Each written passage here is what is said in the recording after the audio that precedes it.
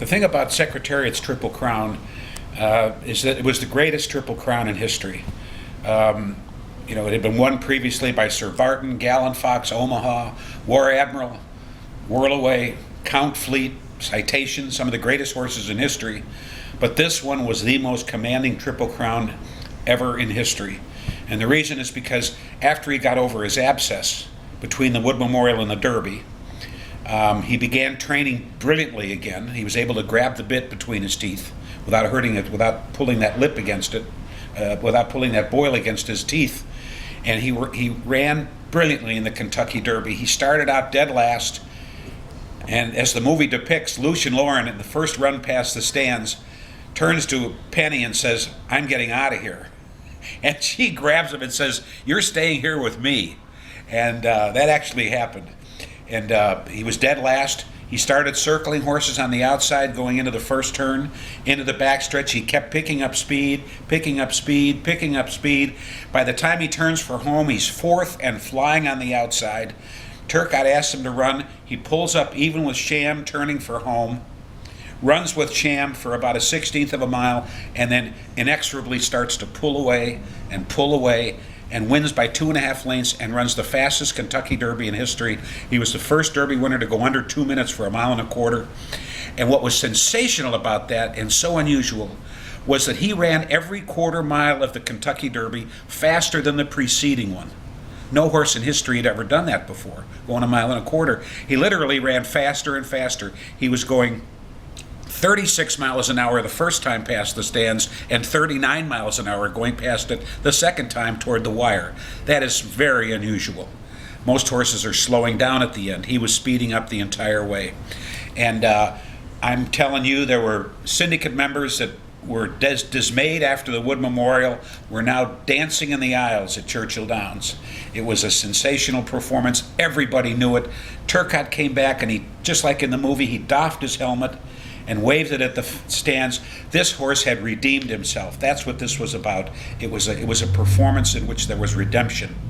And by the way, Pancho Martin had been very aggressive before the Kentucky Derby. He had been, very brash and cocky. He was criticizing Lucien Lauren.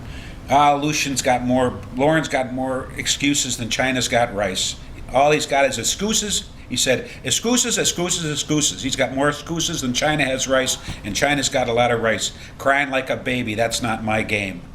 And he went on like that for 5 days beforehand. And he was depicted in the movie as a very cocky and brash guy before the Kentucky Derby, and I thought it was a pretty accurate description. He was saying, wait till we get over there, we'll show you. And so it was, he was great copy before the Derby, and it created great tension. And now he comes up to the Preakness. He works brilliantly for the Preakness Secretariat.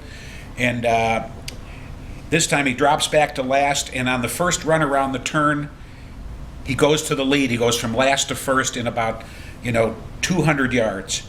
It was the most brilliant run I've ever seen in a Triple Crown race in my lifetime. And he probably, aside from the hopeful, when he went from last to first around that last turn, he went from last to first around the first turn at Pimlico, and he absolutely broke the race wide open. Horses don't go that fast around the turn at Pimlico because it's not graded as steeply as at Churchill Downs. And if you go around too fast, you'll end up at the Chinese Laundry on Belvedere Avenue to pick up your dry cleaning instead of picking up your trophy in the winner's circle. But he won around turns like a hoop around a barrel. He was a very short-coupled horse, not a lot of great length between his front and back legs, and he was very handy like a polo pony, and he just ran around that turn like a hoop around a barrel. And he took the lead. Sham chased him and chased him and chased him. Couldn't get any nearer than 2.5 lengths from him. Secretariat galloped home. Very easy victory for him. And again, he broke the second track record. He had broken the Derby record. Now he broke the track record at Pimlico. And he goes to the Belmont Park, and by now he's a national icon. He's a celebrity. He's on the front of Time magazine, Newsweek, and Sports Illustrated in the same week. He's the only entity in history that's ever been on the cover of the 3 biggest weekly news magazines in America, Time, Newsweek, and Sports Illustrated. And Penny was on the Today Show. She was on all of the TV shows. There were cameras out at the barns every morning. And the horse became, one of the reasons he was so attractive is that there was this big, gorgeous chestnut who was totally honest. All he asked for was a little hay, oats, and water, and he would do what you wanted to do. And this came in the middle of the Watergate hearings were started on the Friday before the Preakness. They started to be televised. Fred Thompson, who plays Bull Hancock in this movie, in fact was about to ask the question whether was the White House recordings, was the White House recorded in any way, any of the conversations? And when the answer was yes, it broke open the Watergate hearing. Well, Fred asked that. He later became one of the stars in the movie. But anyway, in the middle of Watergate, the Vietnam War was not yet over, and Secretariat declared a national recess in the middle of all of this national funk that we were suffering from. He says, "Okay, everybody, time out. I'm going to show you something you're not going to forget." And he did. In fact, in the most perfect intersection of time and space in American history, this horse ran in the Belmont Stakes, worked like the wind before the race. As John Malkovich said in the movie, "You're going to see him tomorrow, he's going to have wings." And that's what he had in the Belmont. After breaking 2 track records in the Derby and the Preakness, he set a world record in the mile-and-a-half Belmont and broke a record for the biggest margin of victory in a major stakes race in American history. He won by 31 lengths, and it's unheard of.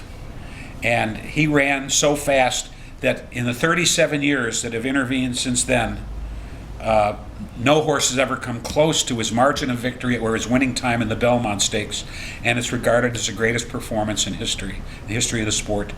So he had three records in 3 Triple Crown races. That's never been done, and I don't think we'll never see that again. It was just a tremendous performance, and one that people are still talking about today, and I think it's one of the reasons the horse conjures up memories of happiness in people, and I think it's one of the reasons why the movie has been as popular as it has been.